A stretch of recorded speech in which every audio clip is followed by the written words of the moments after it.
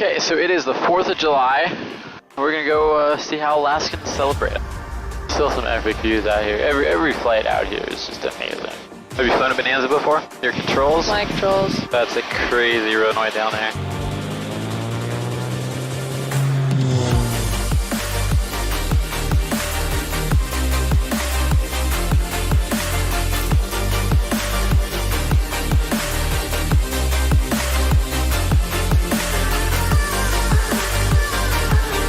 Lakewood Tower, Bonanza 367 Hotel Papa, ready to go 32 with Golf southbound. Oh. Tower 367 Hotel Papa, Lakewood Tower traffic, Point McKenzie, inbound runway 32, clear for takeoff, Tudor. Okay, here we go. Let's rock and roll. Helicopter 83 Charlie, traffic departing the strip for a right turn eastbound. 83 Charlie, be looking for traffic.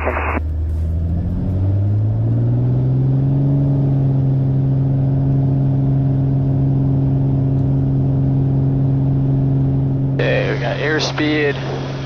Looking for 50 knots by this intersection. We got 57. Traffic, no bearing, altitude not available, 0 miles. Easy as pie. Tower 83 Charlie, traffic is airborne off the strip, right turn eastbound. And the autopilot's engaged. How you doing back there, Owen? Doing well. Nice job getting out of there. There's a TFR up ahead for smoke, but we will hang a left, climb out, and avoid that. We'll slowly work our way up a little higher over the mountains here. Shouldn't hit anything at 5,500, but is this just smoke over here? I think it's smoke. It smells like it. Rick was saying they canceled like the kids race today because it was too smoky. Wow. Yeah, they're reporting clear 10 miles. That's 30 miles ahead, but right here it's just all smoke. Probably maybe get on top. Just sitting here. Let's go a little higher, see if we can get on top. I don't know if this is getting us above it or if this is just prolonging our time in it. I think we're about to be above it. That's what I've thought for the last few minutes though. It's like, are these clouds just made out of smoke? And I think they are. Okay, something where you just kind of fly over the airport out over the water to descend. Pretty hard to see much of anything here. Looks like there's a couple other guys going into Seward right now. Do you see the airport? Yeah, it's right under the nose. We're gonna go out over this little bay here just a little bit. Seward traffic, Bonanza 7 Hotel Pop is over the airport, descending out at 8,000 for a left downwind to 16 Seward. You're gonna land 16? Yeah. That's the 2,200 foot runway. And that's the way the wind is, and that's the closest to the ramp. Okay. Seward traffic, helicopter Delta Sierra, Mount Benson 2000, descending for Small Boat Harbor. It's like in the descent, the electric trim always works. I don't know why that is. Seward traffic, Bonanza 7 Hotel Pop is 3.5 to the southeast, descending from the left downwind, runway 16 Seward. Seward traffic, helicopter Fort Hill Stairs, Small Boat Harbor, 300 feet, heading for Sea Life Center landing. And Seward traffic, Bonanza 7 Hotel Pop is left downwind, 16 Seward. Make it a slightly short approach so we don't run into these mountains over here. That'd be good.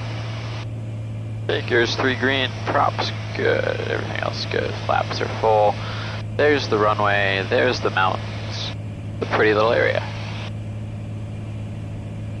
Seward traffic, helicopter Delta Sierra, picking up Sea Life Center, be heading up to Marathon.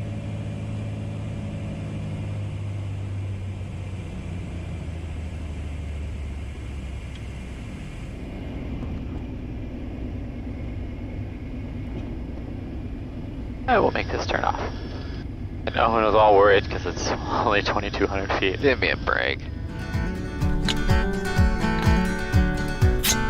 There we go. Learned that from Colt. He did it much better though.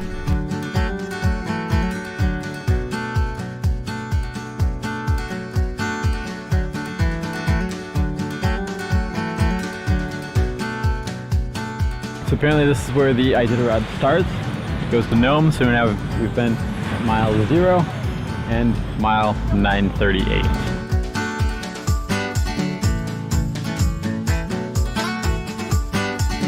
I can try some chocolate dipped bacon with root beer float. That's pretty good. Here in Alaska, it's bear country, and I read somewhere that you're supposed to, stay in groups, make lots of noise, and they recommend singing so that you, don't startle the bears. So, God bless America, land that I love, stand beside her and guide her through the night with the light from above. So, fireworks in DC from the control tower. That's so cool.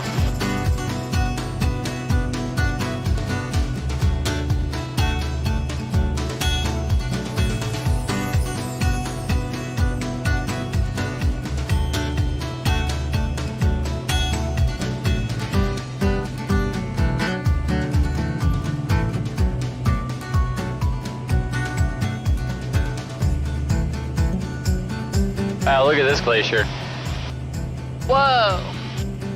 Turns into a lake down here. Then it runs off with a little river.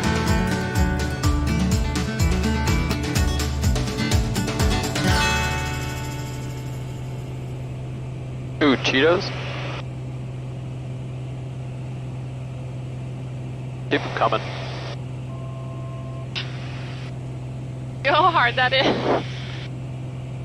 It's all over your face, bro. I don't really care about my face, I care about my favorite shirt. We gotta soak this tonight. Does someone want some? You don't know, Ford. Airport information, Oscar 0352 Zulu. Bird runway pilot's discretion. Go straight into 22 again.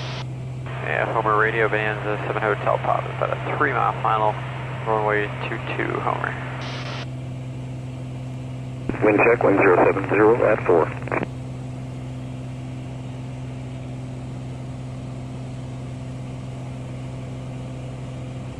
I always feel like I'm giving a shot when I'm like putting the prop forward like that, because I'm like doing it nice and slow and gentle. A weird way to think of it. That's what I think of.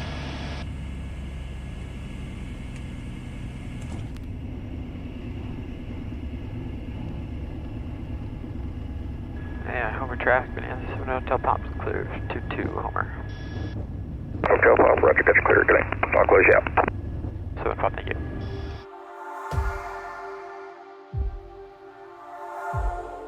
Homer radio, Bonanza 367 Hotel Papa with Oscar, taxiing runway 4, Homer. 367 Hotel Papa, we're radio, roger. Terrain system test okay.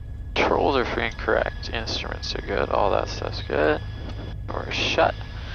Gas we have. Fuel, we're on the fullest tank. Good. We won't do a run up because we just did. And everything else is good to go. You guys all set? Yep. Ready to rock and roll.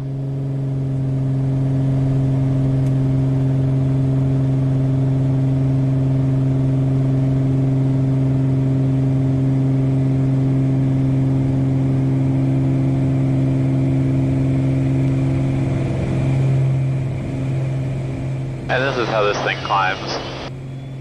Oh yeah, we'll make it out of Sildovia, no problem. Okay guys, so this is Brittany. Brittany Spins on Instagram. We're gonna go head over to a little airport called Saldovia. Apparently just kind of like a cool town, interesting like airport situation, 1,800 feet of gravel, like water on both ends, trees, stuff like that. Should be fun. And yeah, I'm gonna go see what's going on over there. Have you flown a Bonanza before? Not really. You want to? I'm sure. Didn't I take you in a Bonanza? What? Didn't you come with me in one? No, we went in the Cherokee. Oh, Yeah, yeah, I remember. Okay. Your controls? My controls. Your controls. You can climb up to whatever you want. Whatever I want. Yeah. Yeah, see all this glass stuff, I'm used to little steam gauges, so Yeah. this is different. Yeah, this is nice because it's just like everything's all in one spot. You can be doing a bunch of different things at once. You know, if we want, we've got satellite weather, we can download, weather for wherever, stuff like that. And at this altitude, we can glide about 5 miles, so we can go all the way across. Wow. And not be beyond gliding distance of land. Yeah, we can level off here. Okay. It's kind of a nose low attitude, like the visibility is just so good that it feels Really? really low. Full radio, Destin. And there is electric trim there that may or may not work. It's been intermittently. This is zero radio record. This is our autopilot at the moment because this little switch here, there's like a spring that's broken. So if you try to engage the autopilot, it just immediately disengages. So we put this little piece of plastic on this knob here to hold the switch up. How fast does the 206 cruise? With the big tires, like 110. Okay. Tops. True. Indicated. Okay. Seldovia Airport, Seldovia, Alaska. Automated weather observation 0452 Zulu. Wind calm. Visibility 8. What is that one called? Nanwalek. And it kind of, it's like a, sort of like a banana. Okay. Like a banana runway, sort of. It's curved and the approaches on both ends are just like, what? Just weird. Non-standard. That's a crazy runway down there. Look at the mountain! You gotta turn super quick. Right.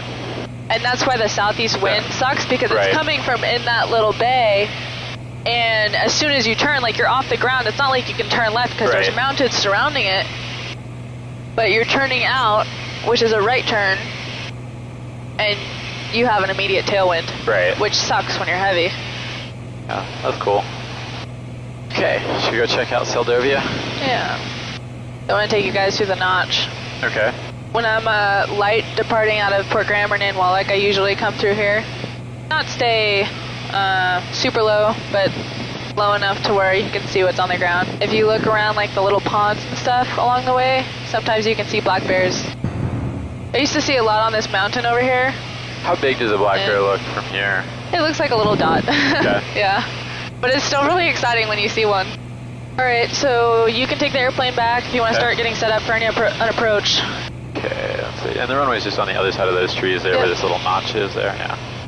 Seldovia traffic, Bonanza 7 Hotel Pampa is 2.5 to the northwest, your right base, runway 16, Seldovia.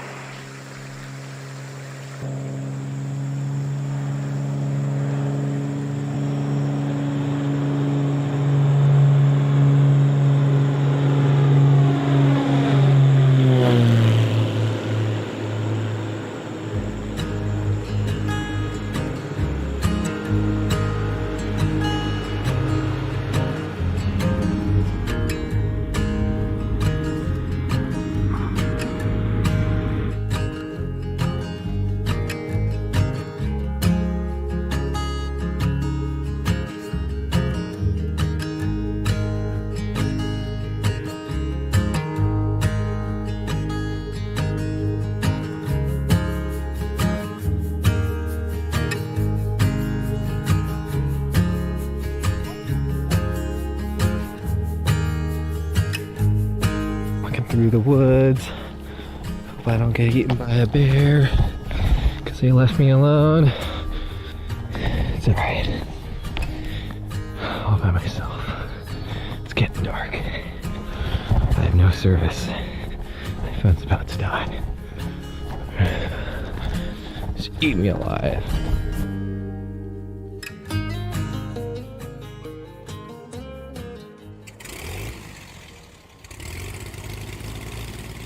Okay, so we just had a nice little kind of snack in Seldovia here. Got some food, some ice cream, hung out, took in the views. Some dancing. Some dancing. And gonna head back to Homer. Seldovia traffic, Bonanza 7 Hotel Pampa departing 34 Seldovia.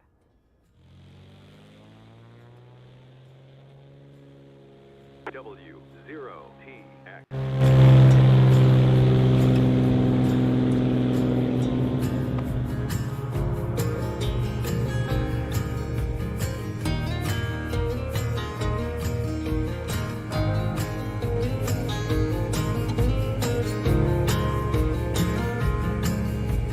Homer traffic, Bonanza 7 Hotel Pop is the left downwind runway 22 Homer.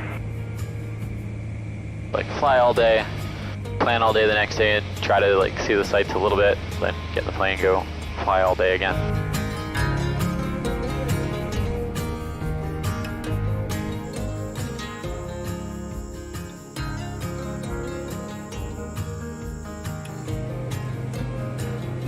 still some epic views out here. Every flight out here is just amazing.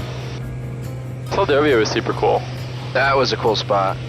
Number 7 Hotel Papa, radar contact 10 miles southeast Anchorage, say destination. 7 Papa, we're landing in Lake Hood with Mike. Well, I don't know what the deal is with this Campbell airstrip here that's like so big and looks so nice, but it's private. Just off the left here, that's like this reporting point, so. Approach 7 Papa, you want us over to tower? 7 Hotel Papa, contact Anchorage Tower 18.3. Tower Bonanza 367 Hotel Papa, 2-door overpass, landing Lake Hood Strip. Bonanza 367 Hotel Papa, Lakewood Tower. Altimeter 3020, wind 180 at 4. You want 32 or 14? We can land 14. There's 7 Hotel Papa, make left traffic 14, running 14, clear land. Left traffic 14, clear land, 7 Papa.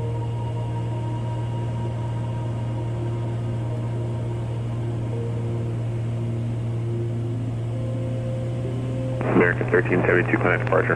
Departure, have a good night, American 1372. It is a nice little wind out of the south, actually.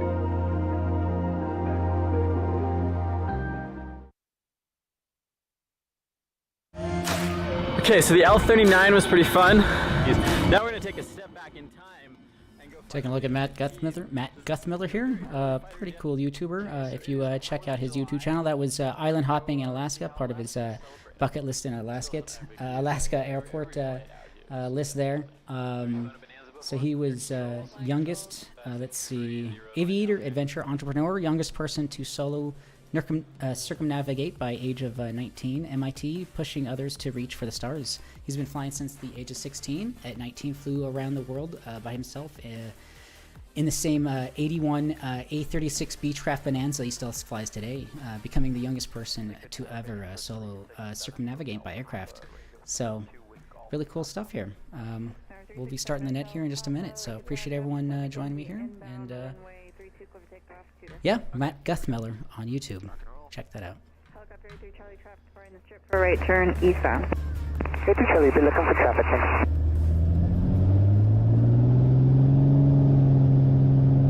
November 367 Hotel Papa. It's a good call sign there. So this is Drone K1BC. Let's get things going here.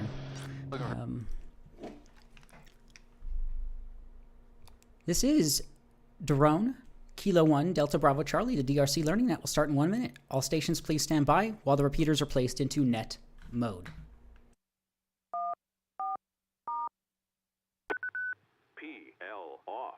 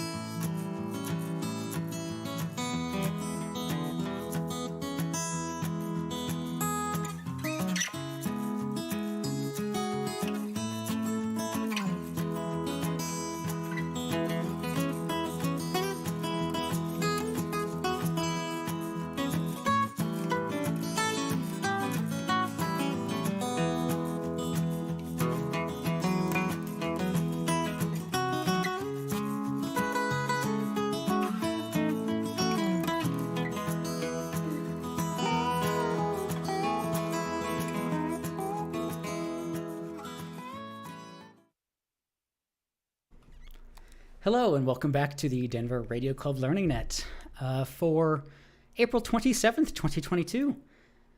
Out of breath here for just a moment, sorry about that. It's a great place to learn about ham radio and STEM topics in general. Thankfully, we have plenty of combined experience and expertise.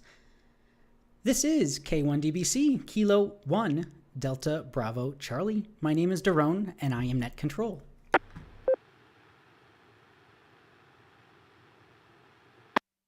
don't run before starting to need to use a microphone. That's a free tip for you there. We meet every Wednesday except for the third Wednesday of the month at 7:30 p.m. Mountain Time on 145.490 and 448.625. Both have a negative offset.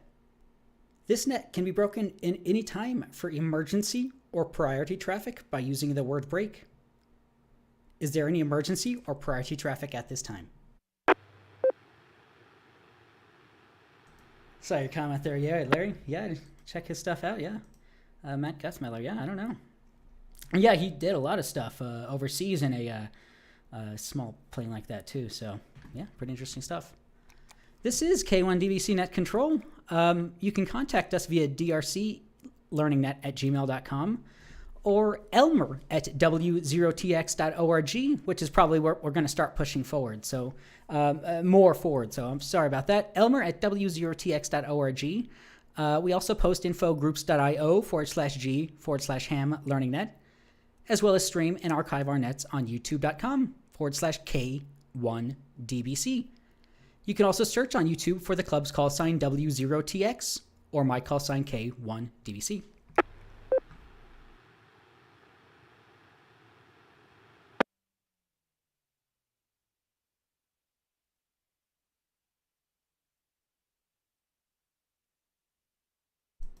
This is K1DBC Net Control. We will begin by inviting Elmers only to check in with or without traffic. All Elmers, please check in now. Alpha Zero, Juliet Kilo. Good evening.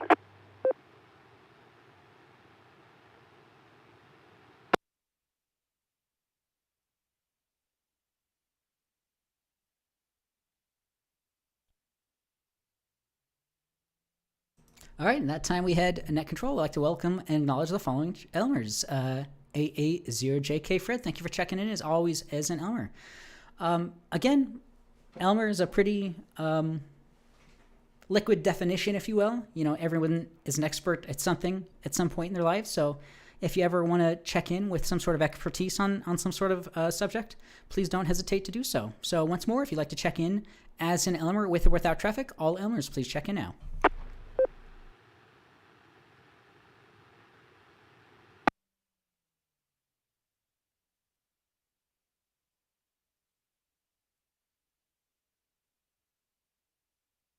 All right, all other check-ins to the net will be taken in alphabetical groups based on the first letter of the suffix of the operator's call sign. The suffix is the first letter after the number in your call sign. If you can, please try to use ITU phonetics for your call sign and indicate if you have any traffic or questions as you check in. If your suffix begins with the letters A through M, Alpha through Mike, please check in now. W0TX repeater.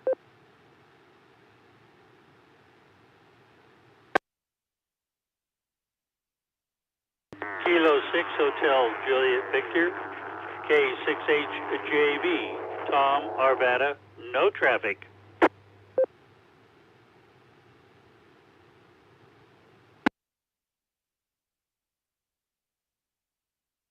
Whiskey Alpha 4, Mike, Bravo Golf, Bob and Aurora, no traffic.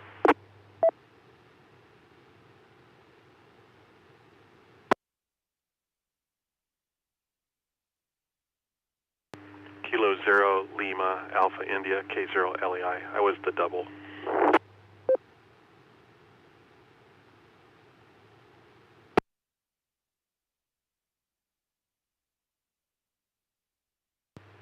Kilo Foxtrot 0 Alpha Whiskey Charlie, Brian Wheat Ridge, no traffic.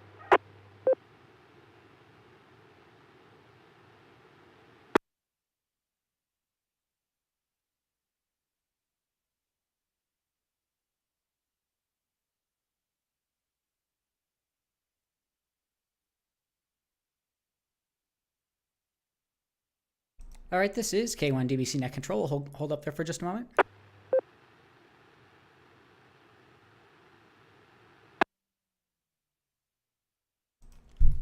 I'd like to welcome and acknowledge the following check-ins. K6HJV Tom, No problem about the double there. K0LAI, thanks for clearing that up. WA4MBG Bob and KF0AWC Brian. Thank you all for checking in. Once more, if your call suffixes begins with the letters A through M, Alpha through Mike, please check in now.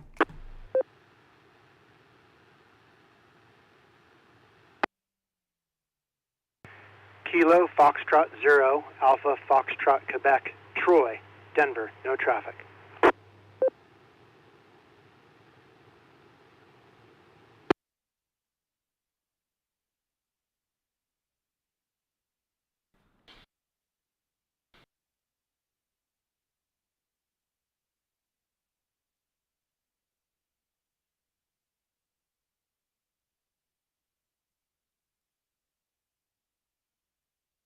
All right, and that time we had KF0AFQ Troy. Thank you for checking in.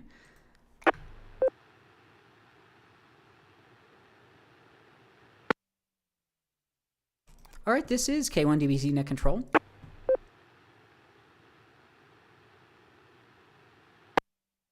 We'll go ahead and open up the whole alphabet. If your suffix begins with the letters A through Z, Alpha through Zulu, and you like to check into the Denver Radio Club Ham Learning Net, please do so now with your call sign, your name, and let us know if you have any traffic or questions. Please call now. Kilo Echo 0, November Romeo Echo, Jim in Littleton with traffic.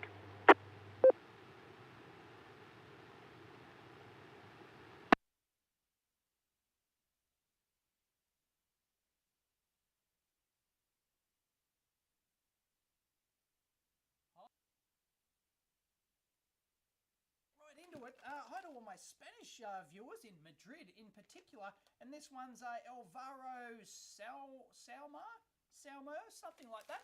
So let's crack it open. All right, and that time we had KE0NRE Jim with traffic. Thank you for checking in. We'll come back to you here in just a few minutes. Once more, we'll check in all call suffixes A through Z, Alpha through Zulu, to the Denver Radio Club. Please call now.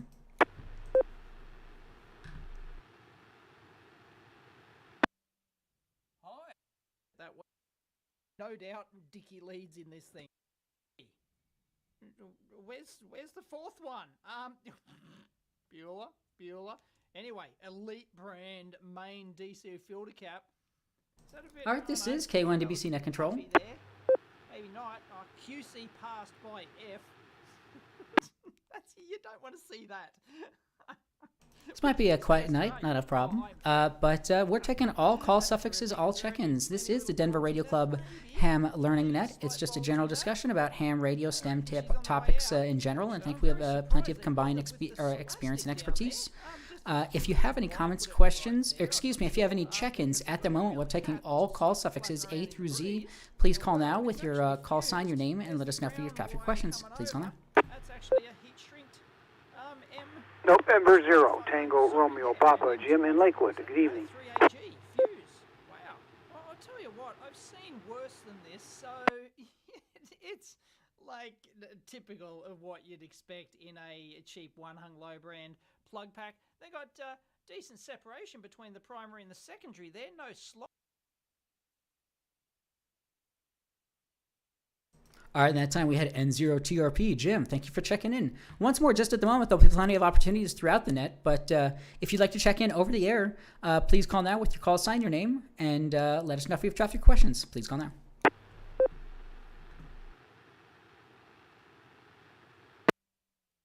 WD0CIV, WD0CIV, Charleston, Denver, no comment.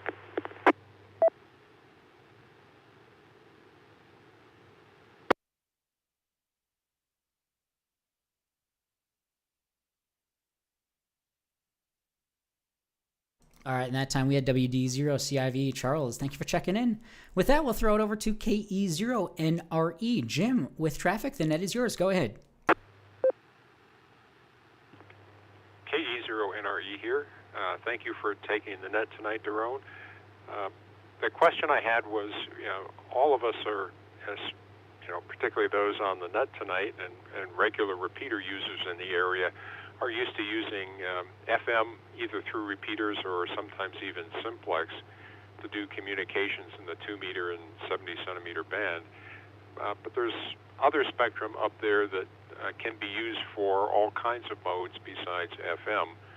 And I wonder if anybody who's on the net tonight or has any personal experience doing something other than FM, whether it's CW or single sideband up there. Is there anything worth pursuing there? Excuse me. And if there isn't, or if there is, would it be worth investing in some sort of an all-band, all-mode transceiver to be able to take advantage of that? So with that, I'll pass this question back to the net, KE0NRE.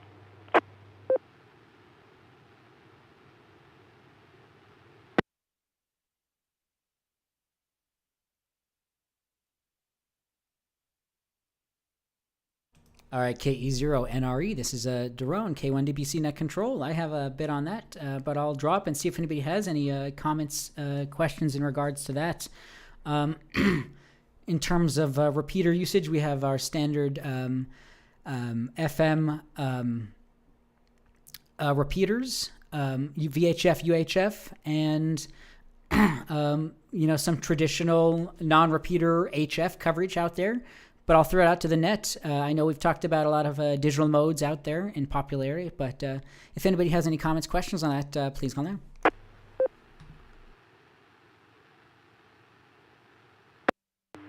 LAI. Yeah, K0LAI. Larry, go ahead.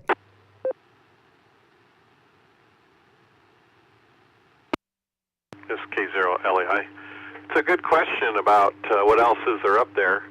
And, of course, if you go real high frequency, like up in the 10 gigahertz range, there's contests up there, contacts. But I think one of the things for emergencies, going long distance on the VHF or UHF on single sideband, and there's a Monday night net by the Rocky Mountain VHF Plus net, that it's called. It's at 8 o'clock in the evening, and they do single sideband, no FM, on 144.220, and I've participated in that, and that's kind of fun. They use usually directional beams for that, but you can contact some of them with omnidirectionals. There's also contests up in the UHF and VHF ranges that happen periodically. You can check ARRL for that. So that's something you can do with an all-mode, all-band transceiver. This is K0LAI, back to net. W0TX repeater.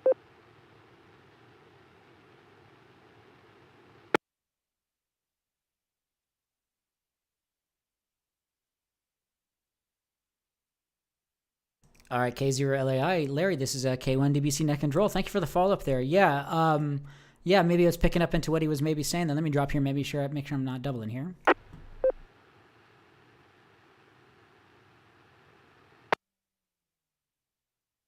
All right, this is K1DBC Net Control. Yeah, in terms of our traditional FM repeaters, yeah, as Larry mentioned, there is some single sideband coverage, the Rocky Mountain VHF Plus net on 144.220, Monday nights 2000 UTC.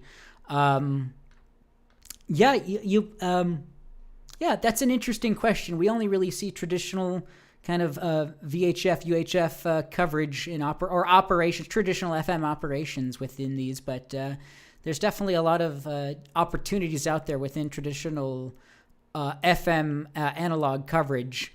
And yeah, as Larry mentioned, there's different nets and contests going on that aren't around the world, but are still over the horizon that would still require a,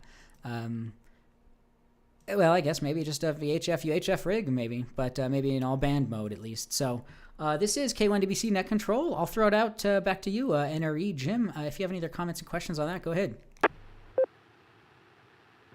Well, that's useful information about the Rocky Mountain VHF Plus net.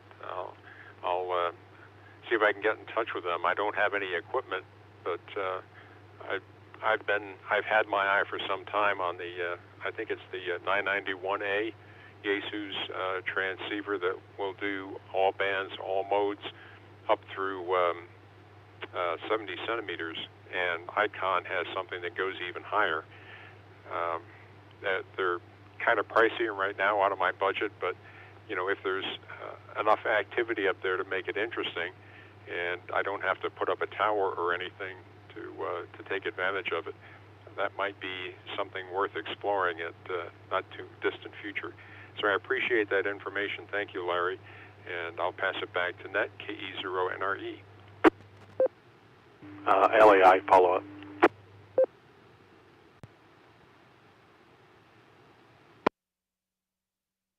All right, sounds good. Yeah, K0LAI with the follow-up. Go ahead.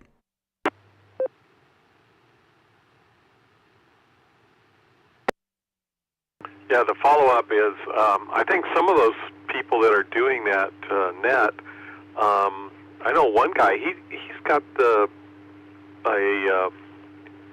his antenna right in the room where he's transmitting from, and he just rotates it by hand while he's using it. And I know some other people that did they went up on some of the Front Range mountains, and they have made contacts as far away as Nebraska and Kansas using like an FT857, which is an all-band, all-mode, but it's no longer made. So you can make some contacts, and again, check out the contests when they're going on, because that's a good place to practice it.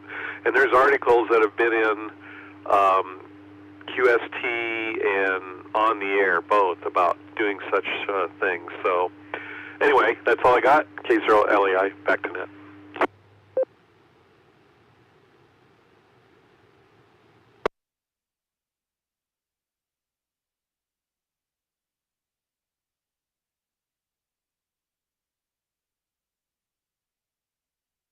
All right, sounds good. K0LAI, thank you for the follow-up there. This is Daron, Net Control, K1DBC.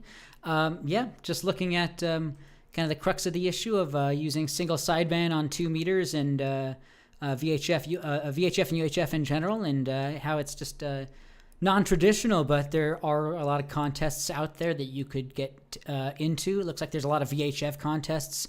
ARL is mentioned there. So, if you have a VHF, UHF capable, and it has capability for single sideband, that would be another article looking at is why aren't there 2 meter all mode transceivers?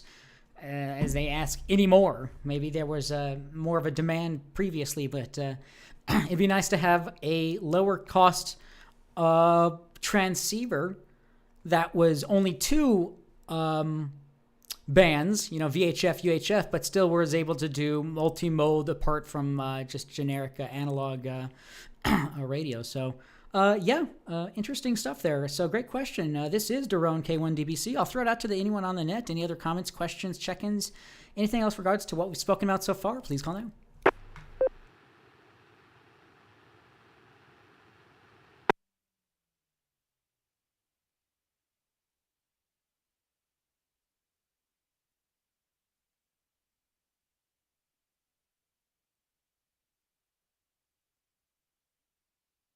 All right, this is K1DBC Net Control. I'll take this opportunity to take official check-ins. Let me drop here for just a moment, and I'll read that script here.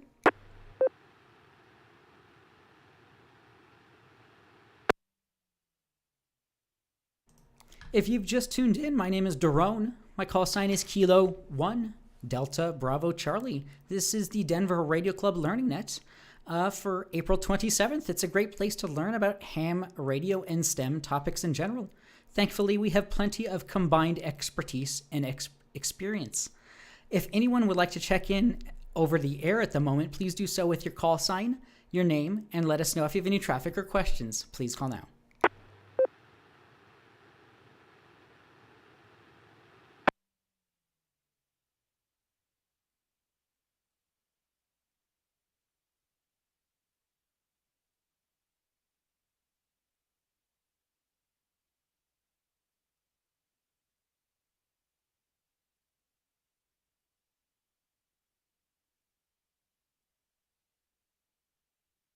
One more time, this is Daron, K1DBC Net Control. If you'd like to check into the Denver Radio Club Ham Learning Net, We're also streaming on youtube.com/K1DBC if you'd like to check that out. You can also search our club's call sign, W0TX, on YouTube. You can check in on there. Or if you're not within the range of a repeater, you can check in there. So this is K1DBC Net Control. If you'd like to check into the Denver Radio Club Ham Learning Net, please call now.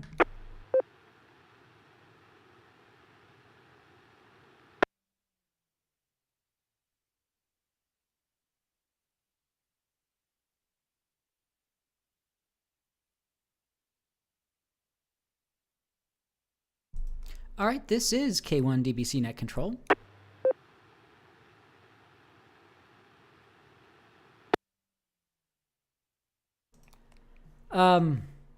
We still have another 40 minutes or so within the net. There's not a hard stop, but there is plenty of time.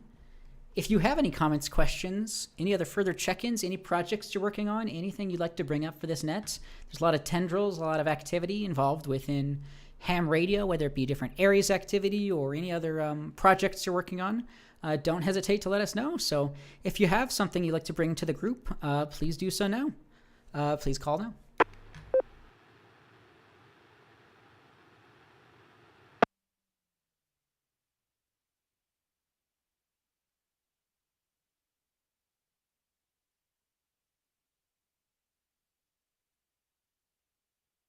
plane, rail, road, or air, or whatever. And because there are different standards for different types of transports, by the way, in case you didn't know. All right, this is K1DBC Net Control. I only have a few things for this evening. It might be a short net this evening, but as we go into these summer months, we're getting nicer weather out there. Hopefully we can get out on the air, get out on the summits, different activities out there. So we have no excuses nowadays not to get out there. So not too concerned with a low check-in count during these nicer weather months. So with that, I have maybe a couple of things, but at the moment, does anyone else have any other comments, check-ins, questions? Please call now. W0TX repeater.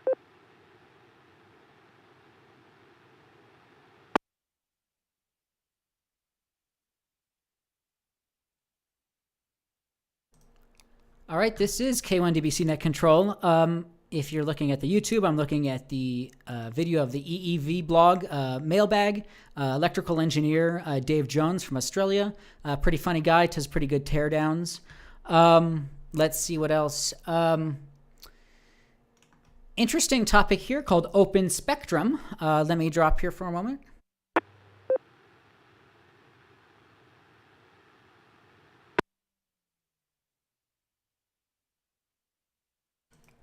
This is Daron K1DBC Net Control. If you remember, maybe a couple of weeks ago, a few nets ago, I had brought up a name, John Perry Barlow. He's a founding member of the Electronic Frontier Foundation. Pretty good,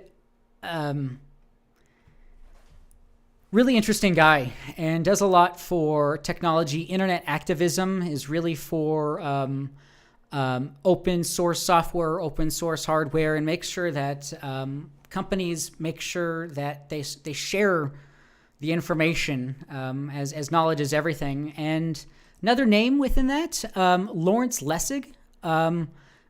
He's a professor of law at Harvard Law School. They together were helped to found and work together with the Electronic Frontier Foundation. Let me drop here once more.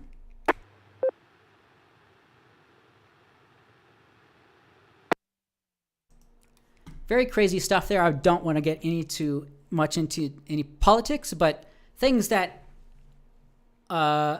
concern ham radio and was brought up by Lawrence Lessig was a concept of open spectrum, also known as free spectrum, is a movement to get the Federal Communications Commission to provide more unlicensed radio frequency spectrum that is available for use by all.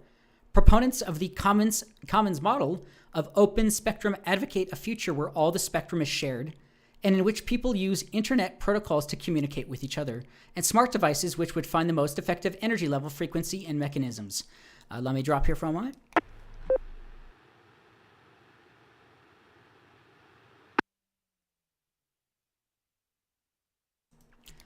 So this is Drone K1DBC. You know, the spectrum that we are provided by the ARRL, not being a shill here or anything, but on behalf of the ARRL, we're provided quite a large amount of spectrum that goes for billions of dollars. If you've ever checked into the 5G spectrum auction, the FCC often auctions off different spectrum that is of no longer use within the allocation it was before. So, you know, as ham radio operators, and what we can do is pretty interesting. And the spectrum that we have, the radios we have, operate on paid spectrum, and it's you know, commercially very expensive, but for our purposes, it's really amazing that we get to have what we have. So, you know, this is just a really interesting topic here. Open source hardware, open source software, and now open spectrum. This is K1DBC Net Control. I can bring a couple things up on that. It looks like more, but I'll throw it out to the net if anybody has anything. Go ahead.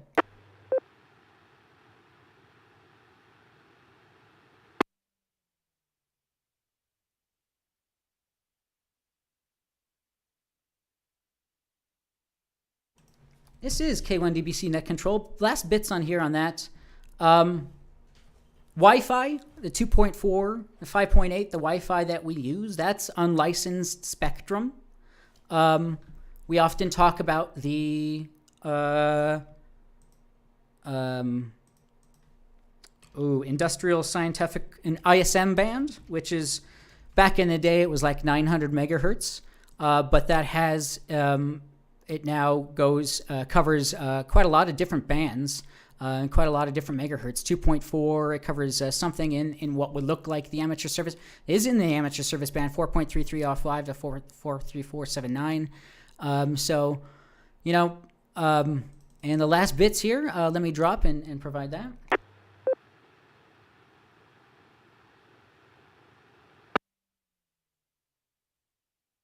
Last bits of this Wikipedia article here, again, on open spectrum, is radio astronomy needs. Astronomers use radio telescopes to look up objects such as pulsars in our galaxy and distant radio galaxies, half the distance of the observable sphere of our universe.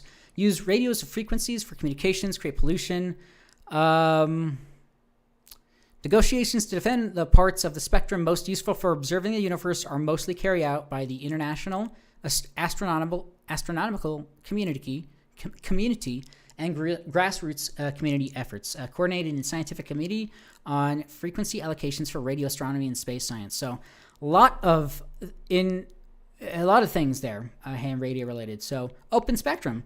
This is K1DBC. I've spoken there for a few minutes. I'm sure I can bring up a couple of other things, but we have another half hour. If there's any other comments, check-ins, questions, anything else at the moment, please call now. Or at least I can grab something to drink for just a minute. There we go.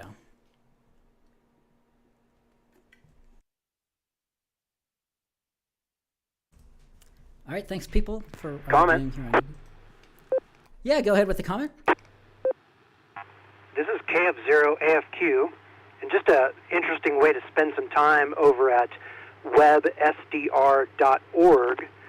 You can pick a station in Europe, and there's quite a bit of chat commentary directing you to frequencies where you can kind of pick up some action about with the conflict over there, and it's just pretty interesting to hear unsecured chatter over the frequencies there. Just kind of an interesting way to spend some time. Over.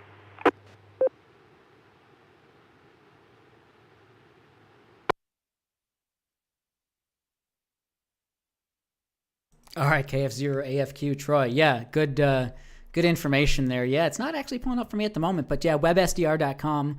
Good blog here on rtl-sdr.com in regards to a Financial Times story about Ukraine radio monitoring with web SDRs.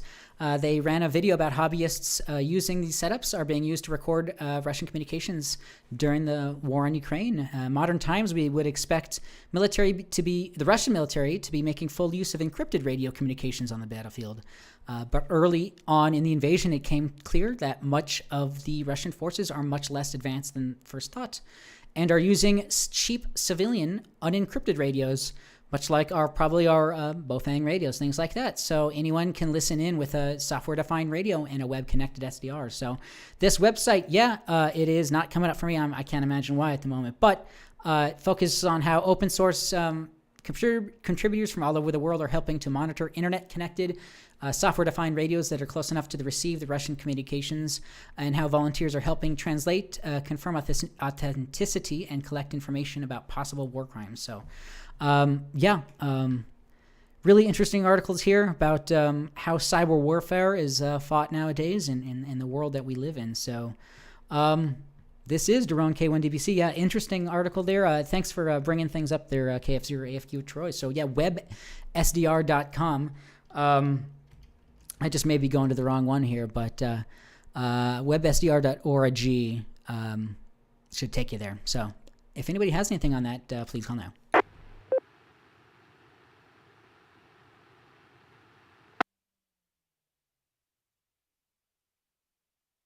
Yeah, the correct domain is .org.org, and there's a big station in the Netherlands that I think is pointing a Yagi down that direction. So just interesting to hear. Clear. W0TX repeater.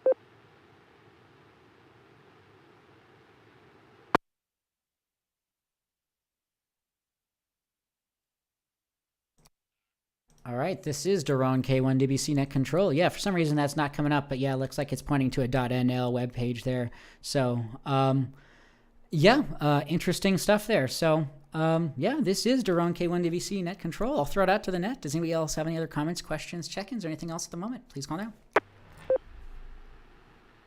Doing a live speed test here. Amazing that I have gigabit into my home. So I don't think the website, I don't know, is it down? All right, this is K1DBC Net Control. I may have one or two things more here, but we have another half an hour. This net is for us, for the group. This club is going through some, from a board perspective, we have some new blood on the board, and so hopefully we'll be seeing some changes over time with that. Can't really speak too much on that, but if anybody has any interest on any club activities, don't ever hesitate to get involved with that. More information, W0TX.org. We have a lot of things to do and a lot of opportunities to fill. So we were just working on some things earlier. I guess club business related. We're upgrading, or we're trying to move our things over to Google domain in terms of email. We're going to make things as easy as possible, really low friction. But yeah, we have a little bit more control over our domain at the moment. So better things to look forward to. I have other things to say at the moment, but if anybody else has any other comments, questions, check-ins at the moment, please call now.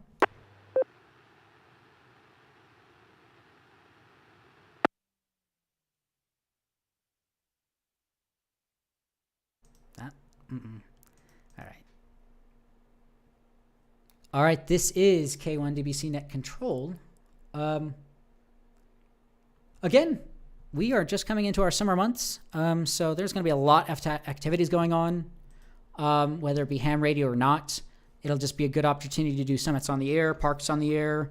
Get out there. Don't hesitate to enjoy the weather while we can until we get the rain and the snow again. So, again, this is K1DBC Net Control. Any other comments, questions, check-ins at the moment, please call now.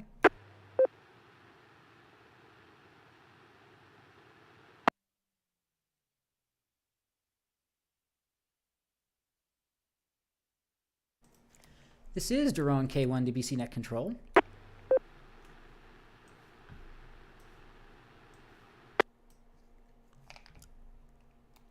Somewhat ham-related, over on the blog, hackaday.com. Great blog to read. Again, hackaday, HACKADAY.com.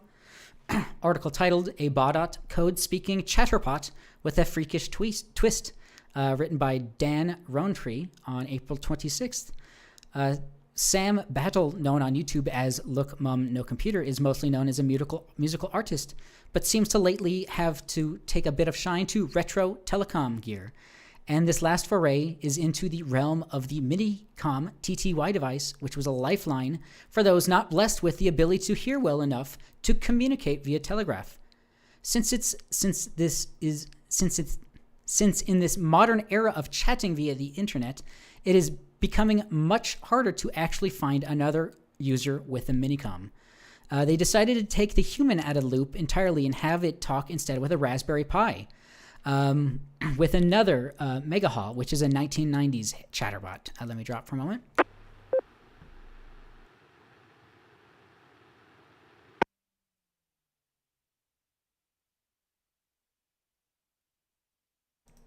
The Minicom speaks Baudot code. Baudot code is an early character encoding for telegraphy invented by Emil Baudot in 1870s. It was the predecessors to the International Telegraphic Alphabet 2, ITA2, the most common teleprinter code in use until the advent of ASCII, ASCII. Each character in the alphabet is represented by a series of 5 bits sent over communication channels such as telegraph wire or radio signal. The symbol rate measurement is known as a baud and derived from the same name. Really interesting article here about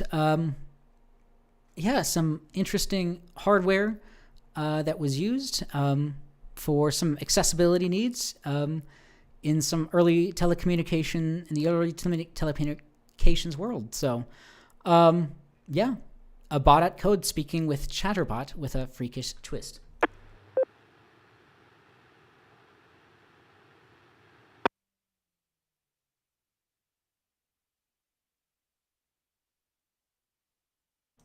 This is Daron K1 DBC Net Control. I'm trying to see if I have anything else at the moment. I don't have much at the moment, but if anybody has any other comments, questions, check-ins, anything else you'd like to speak about this evening, please call now.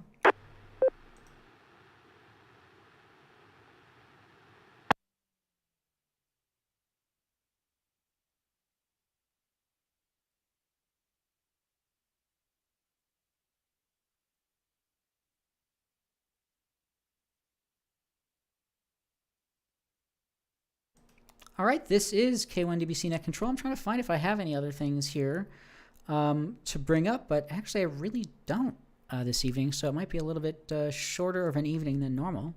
But I can bring up maybe 1 or 2 other things, not completely related, but at the moment, any other comments, questions, check-ins for the Denver Radio Club Ham Learning Net, please call now.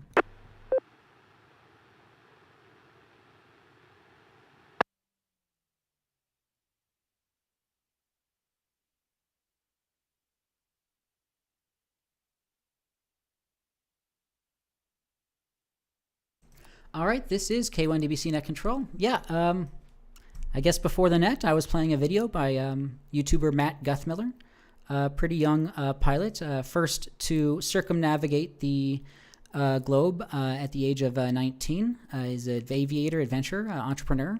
He's been flying since the age of 18 in a 1981 A36 Beechcraft Bonanza. I was playing a video before the net from a trip he had done between Russia and Alaska. Pretty interesting there.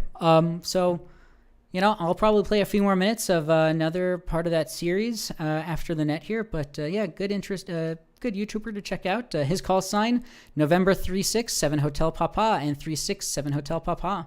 So it's interesting to listen to how air traffic control and pilots communicate in shorthand. So, I'll play a few minutes of that. But, at the moment, I don't have too much more at the moment. So,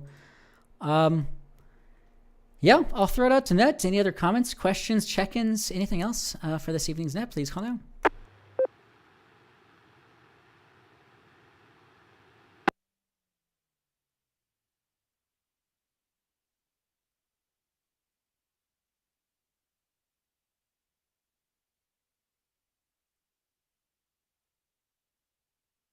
All right, this is K1DBC Net Control. Again, you can find this video over on youtube.com/K1DBC.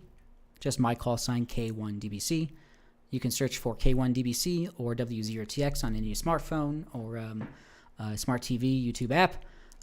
Again, Matt Guthmiller. I need to get better at making better links to the things and topics we bring up. But I guess I'll cover some club business, and then we might wrap some things up here. But again, this is K1DBC Net Control. Any other comments, questions, anything else for this evening's Net so far? Please call now. W0TX repeater.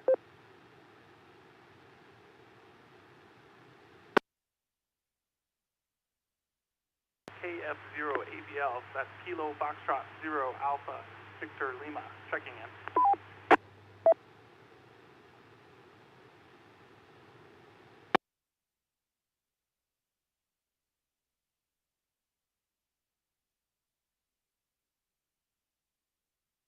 All right, that time we had KF0 AVL. Jeff, thank you so much for checking in. If you have any comments or questions, please let us know. I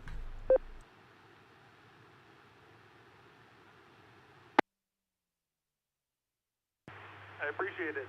First time checking into a net, so check one off of the list of new ham to-dos. Anyways, this is KF0 ABL.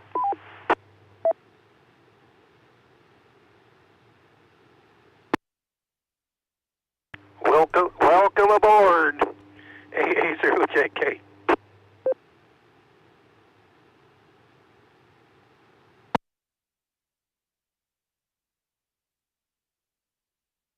All right, sounds good there, KF0 AVL. Jeff, yeah, thanks for the welcome there, Fred. And yeah, we all welcome you into the fold.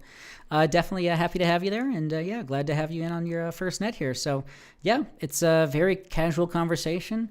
We're happy to have anybody from any level, and there's a lot of tendrils, a lot of activities ham radio covers. So you don't have to sit on here and rag if you don't want to. You can always just sit back and relax and listen. So yeah, thanks for your check-in. So again, yeah, anyone else? Any last minute? We still have another 15 minutes. I'm just wrapping things up early for my selfishness, really only. But at the moment, any other comments, questions, check-ins at the moment, please call now.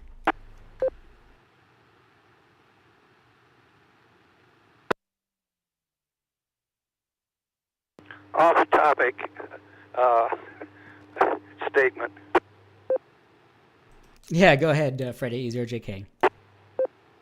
Yeah, can't resist making this comment, but the co-pilot of that Bonanza put out some very bad information.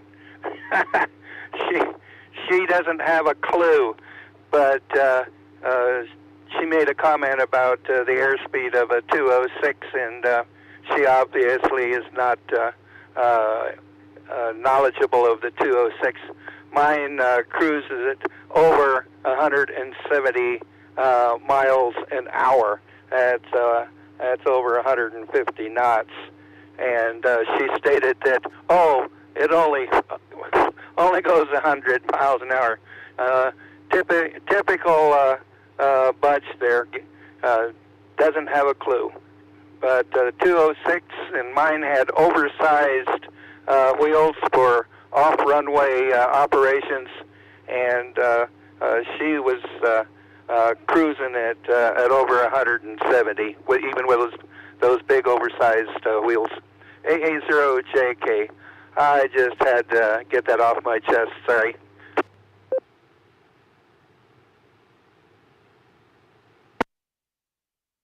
All right, sounds good there, Freddie. A0JK. This is Duran K1DVC. Yeah, I have no hat in the ring here for sure. Yeah, just listening to some piloters commenting to each other in terms of different activities. They were listing, or they were talking about different Alaska airports there and whatnot. So yeah, Yeah, who knows? So appreciate your comment there, Fred. So A0JK, this is K1DBC Net Control. This is our autopilot at the moment. It's broken. So how big does a black bear look from here? It looks like a little.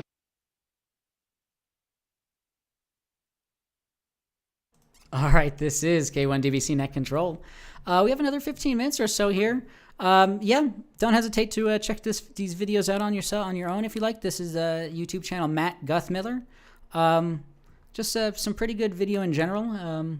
But yeah, a lot of communications support needed within aviation, and a lot of radio talk and whatnot. So interesting learn and hear about ATC and things like that. So again, this is K1DBC Net Control. This is the Denver Radio Club Ham Learning Net. We still have another 15 minutes or so. This covers ham radio, s.t.e.m. So if anybody has any comments, questions, check-ins, please call now.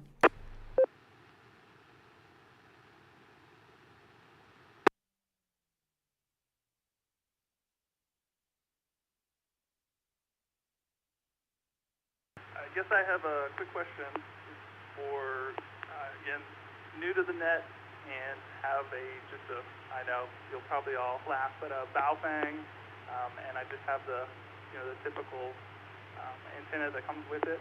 But I'm looking for something for hiking, a little bit more off-grid stuff. Any suggestions?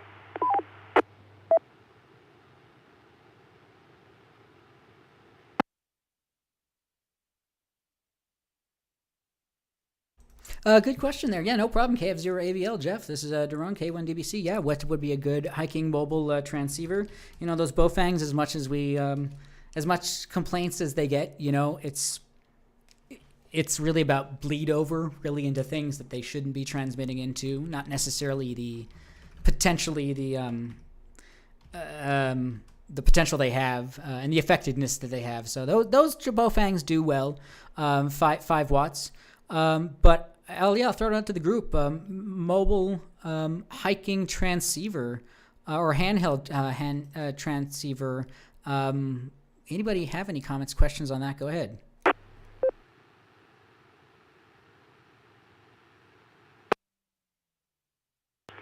Late check-in, KE0SUM with comment. Yeah, KE0SUM got you checked in, Jonathan. Go ahead with comment. The comment was the Baofangs. I started with 2 of them, and I still have them. I don't use them, but they're still valuable little radios. And somebody said, I want to get into it, don't have any money, I'd certainly donate them. It's still all part of ham radio. I think they're frowned on mostly because Chinese manufacturer might be subsidized. Questionable front end, but still for the money is a great way to see if you want to get into the hobby. Sorry for the late check-in run.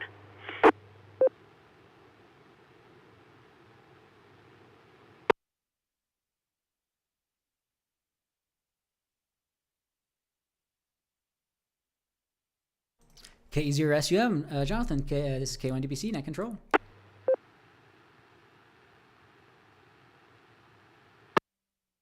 Not at all problem for the late check-in. Yeah, Baofangs, they have a bad reputation, but they do operate, and for the price, it's hard to beat that. So I'm even looking at a Baofang. I don't know the authenticity of this really, but the BF-F8 HP, it's a 8-watt dual band transceiver. So, and we have pretty good coverage to different repeaters around here within the mountain region.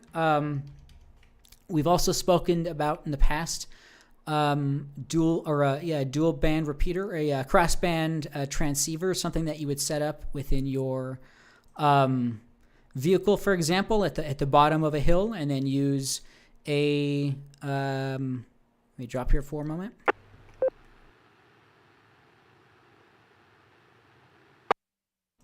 You could use a stronger repeater, a stronger radio transceiver in your car, and then use a smaller handheld mobile on your person. But you know, we have pretty good coverage, and there's a lot of repeaters on some pretty high peaks here in the mountain region. So as long as you have some sort of line of sight, and or depending on the mission, you know, if it's repeater coverage, you should be good, hopefully. And you know, if it's line of sight, you know, that's what you kind of have to contend with. But yeah, I'll throw it out back to you, AVL, or anyone else on that. Go ahead. W0TX repeater.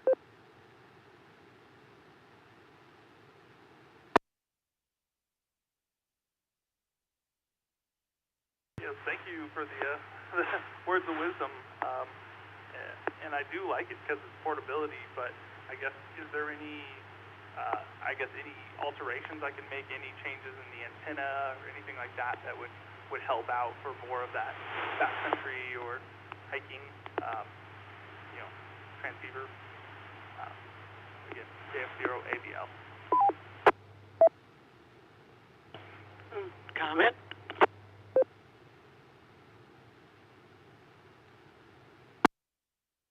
Yeah, go ahead with the comment there. With the bow thing, hey, you're really crystal clear, but you have to hold that a lot closer to your mouth and speak loudly.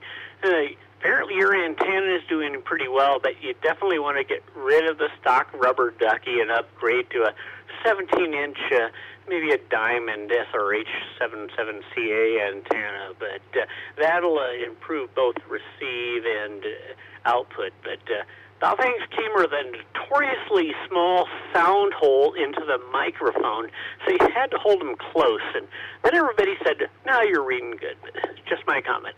KU0SUM. Back to you, drone.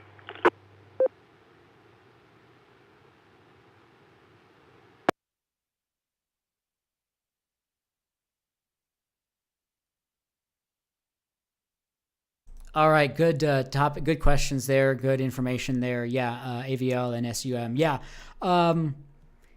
Again, a higher whip antenna. You know, any higher that you can get in elevation to whatever line of sight you're trying to transmit to would always be helpful. As well as for hiking purposes, you could probably get something a little bit lighter than the stock rubber ducky antenna. You can get something lighter and slimmer and taller. And as Jonathan mentioned there, yeah, probably the microphone, the built-in microphone of some of these Baofangs isn't great. But there's a lot of external microphone capabilities and options out there, so you can always get some sort of external push-to-talk wired or wireless Bluetooth. Probably, yeah, whatever suits your needs there. But yeah, probably just getting your voice heard there clearer, as well as just having better reception transmission abilities to the other side there. So KF0 AVL, Jeff, if you have any other follow-up on that, go ahead. Thank you, I appreciate it. I'm talking a little closer to the mic now, a little louder. I'll keep that in mind for future net. Back to you.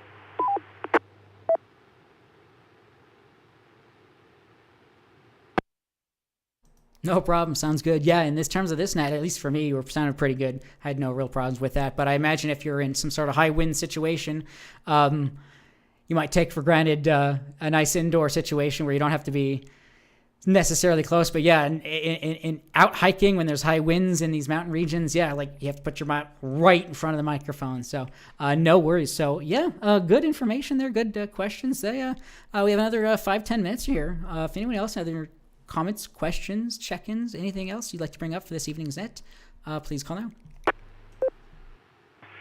Well, Drone, he said he just moved his mic mouth closer, and I noticed an improved difference on that. And as far as rubber duck skill, it's not just Baofangs.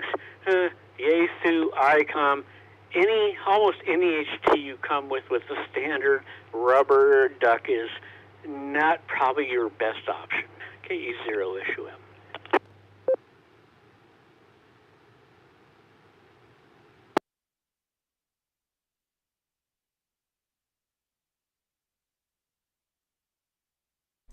All right, sounds good. Yep, I forget what I have on some of my HTs there, aftermarket, but yeah, you get some better options in terms of transmission and peak signals and noise levels. So yeah, some good aftermarket options out there.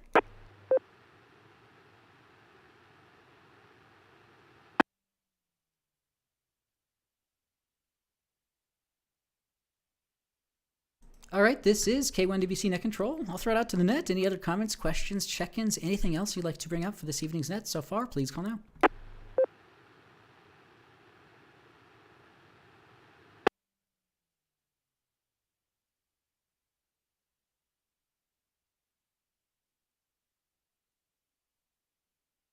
All right, this is K1DBC Net Control. Appreciate people speaking up there. Didn't want to leave this net too early here, but yeah, I can bring up some some club business that we have coming up.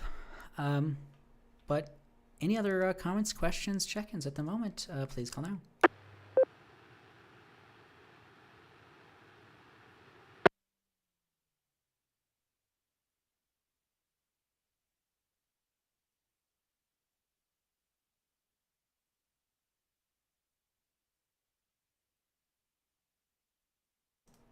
All right, this is K1DBC Net Control. Just look at some photos here, reddit.com/r/amateur radio. Looking at some, can't even really go into too much of this really right now, but looking at some people's operating stations, which is pretty cool. Yeah, pretty neat stuff here. People buying some new equipment and getting things racked and stacked and getting some antennas built and all sorts of things going on. So yeah, no time better than now to get out there and operate over the air and get things done. Get your antennas worked out if you can, anything you have externally or whatnot. So this is K1DBC Net Control. One more call. I guess this will be the final call before I cover club business and close out the net. So any other last-minute comments, questions, check-ins at the moment, please call now. Comment? Yeah, go ahead. Hey, Drone. I don't think you were on last week. Has it been brought up the Parker Club is down in Colorado Springs is having a hidden transmitter hunt that's coming up? Has anybody mentioned that? No, I have not heard. If you're speaking about the Parker Repeater Association, no, I hadn't heard of that. If you want to pass some traffic on that, go ahead. There we go.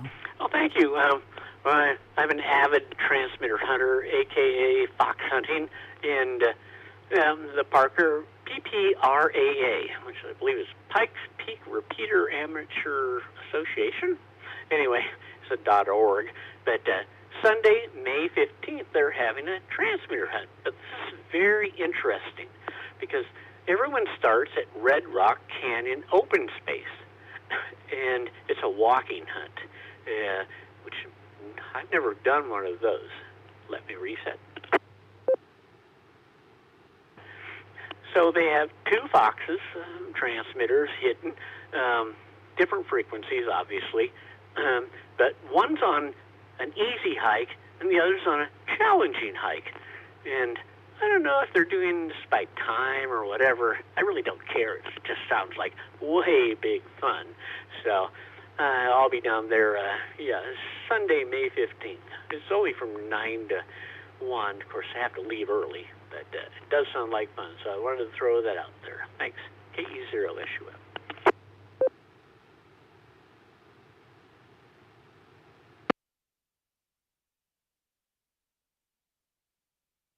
Hey, sounds good there, KE0SUM. Yeah, we should all get more involved with these fox hunts. These are such all really cool events that, yeah, it's really cool stuff here. So yeah, Red Rock Canyon Open Space looks like just outside of Colorado Springs there. Yeah, the Pikes Peak Radio Amateur Association, PPRAA.org. Yes, Sunday, May 15th. 9 a.m. to 1 p.m. Yeah, more info on their website, and yeah, it'd be interesting to see how that works out. So, yeah, these are really interesting. Another part of the hobby that just isn't publicized enough. We don't see too much of it really. So, but it a lot of cool stuff with land navigation skills and trying to track down the that transmitter. So, really cool stuff there. Thank you, KE0SUM, for bringing that to attention.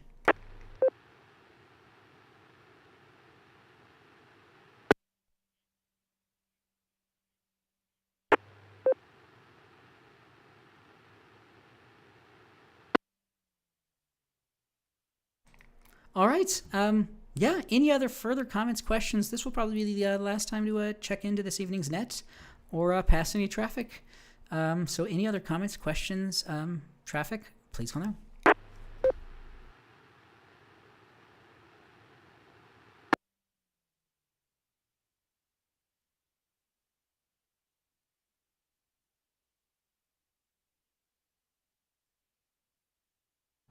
All right, this is K1DBC Net Control for the Denver Radio Club Ham Learning Net. Just pass a couple things about the club and then wrap things up here.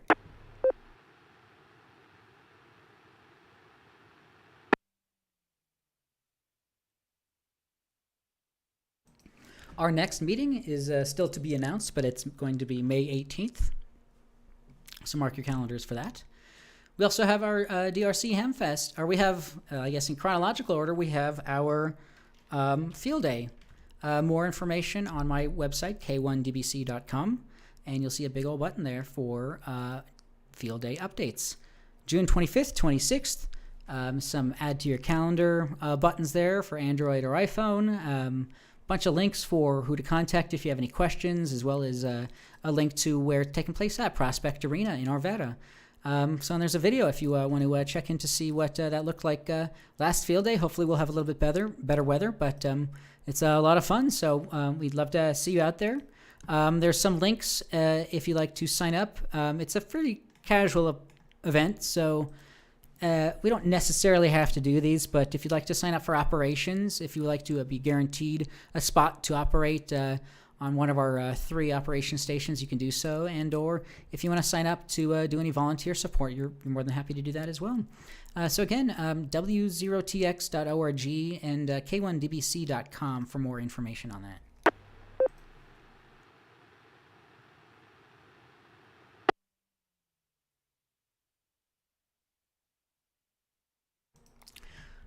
Next event up for the Denver Radio Club is going to be the Hamfest, August 28th at the Adams County Fairgrounds, 9 a.m. to 1 p.m., $6 admission.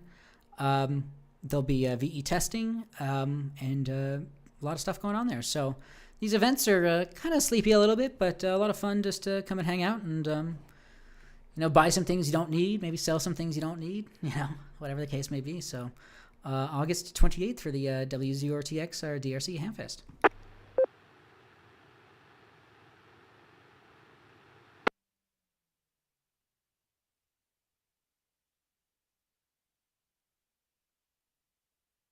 All right, this is K1DBC Net Control for the Denver Radio Club Ham Learning Net. I really don't have much more for this evening's net, so again, I'll play a few minutes outro video. Again, some more piloting by Matt Guthmiller here. Another Alaskan adventure we'll take a look at. But there'll be just a few minutes of that. So if you have anything, please don't hesitate to contact the DRC Learning Net. We can be contacted at Elmer at W0TX.org. This evening we had a total of 12 check-ins. Appreciate everyone checking in. Again, youtube.com/K1DBC, groups.io/ham learning net. Our next monthly meeting, I guess, is going to be, the third Wednesday of next month. So with that, please join us next week, 7:30 p.m. Mountain Time for the next Learning Net. This is K1DBC Net Control. Please stand by while the repeaters are placed into normal mode. PL on.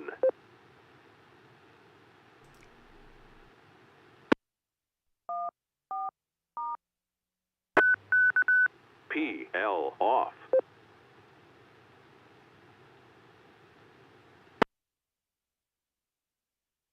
All right, this is Daron, K1DBC Net Control. Glad to have everyone here, and hopefully we'll be hearing more of you this coming weeks in the summer, and please don't hesitate to document any projects you're working on, take any photos and things like that. We're going to try to be more active on social media. So with that, this is K1WC Net Control.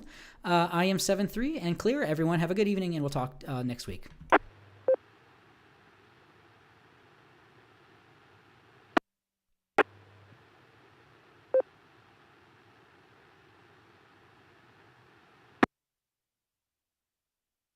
All right, Evan, thanks again for being here. I'll play a few minutes. Next video in the series here, Backcountry Road and Abandoned Mine. I can't really speak to any of the aviation. I just know that they provide some good information, and yeah, sounds pretty good. So I'll play a few minutes of this, and we'll call it an evening. So take a look at this. We're going to go fly below the glacier. Pretty awesome little spot. Just right at the base of these couple glaciers. Mountains all around. There's this cool copper mine from the 40s. Isn't that just insanely cool? Look at these views right here.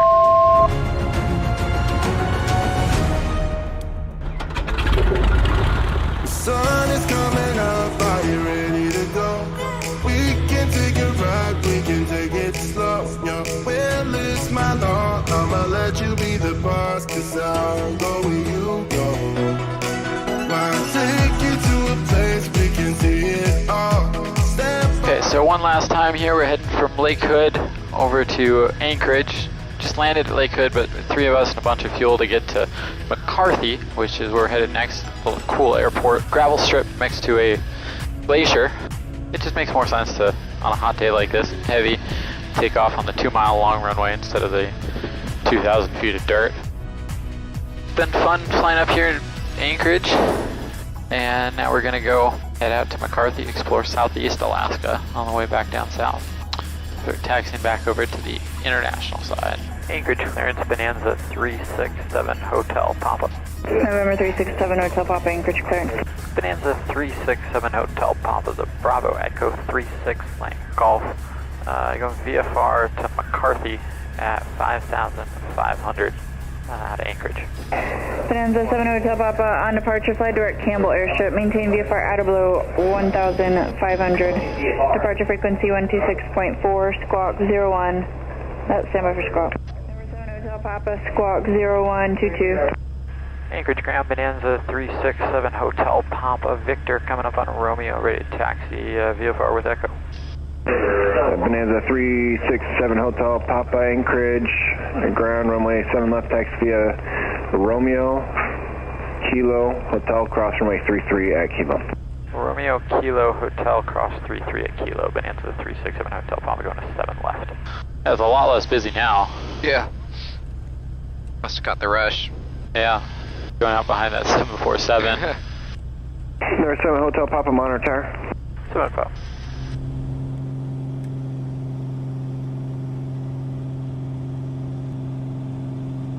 Traffic, 5 o'clock, same altitude, 0 miles.